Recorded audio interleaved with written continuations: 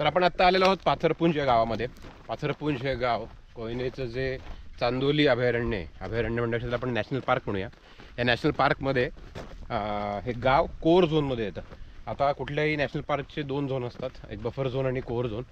अगदी सोप्या शब्दात सांगायचं तर कोर झोन म्हणजे जिथं वन्य प्राण्यांचा वावर हा जास्त असतो आणि जो भाग हा जास्त सेन्सिटिव्ह असतो त्याला कोर झोन असं म्हटलं जातं. तर हे जे पाथरपुंज गाव आहे तिथं आत्ता आपण आलो आणि इथून आपण आता भैरवगडच्या ट्रेकला जाणार आहे. इथून जवळपास 3.5 ते 4 किलोमीटर भैरवगडचा रस्ता आहे. पूर्ण जंगलातनं हा रस्ता जातो आणि माझ्या आजूबाजूला बघितलं तर हा सडा दिसतोय. त्या सड्यावर तुम्हाला कुठलेही म्हणजे गवा, कोळशिंदे, भेकरं, सांबर, अगदी बिबट्यासुद्धा इथं अगदी आरामात दिसू शकतो. इथलं जे वनाधिकाऱ्यांशी आपण बोललो त्यानुसार इथं पट्टेरी वाघाचं देखील अधिवास याच्या आजूबाजूला आहे. तर इथून आपण भैरवगडला जाणार आहे.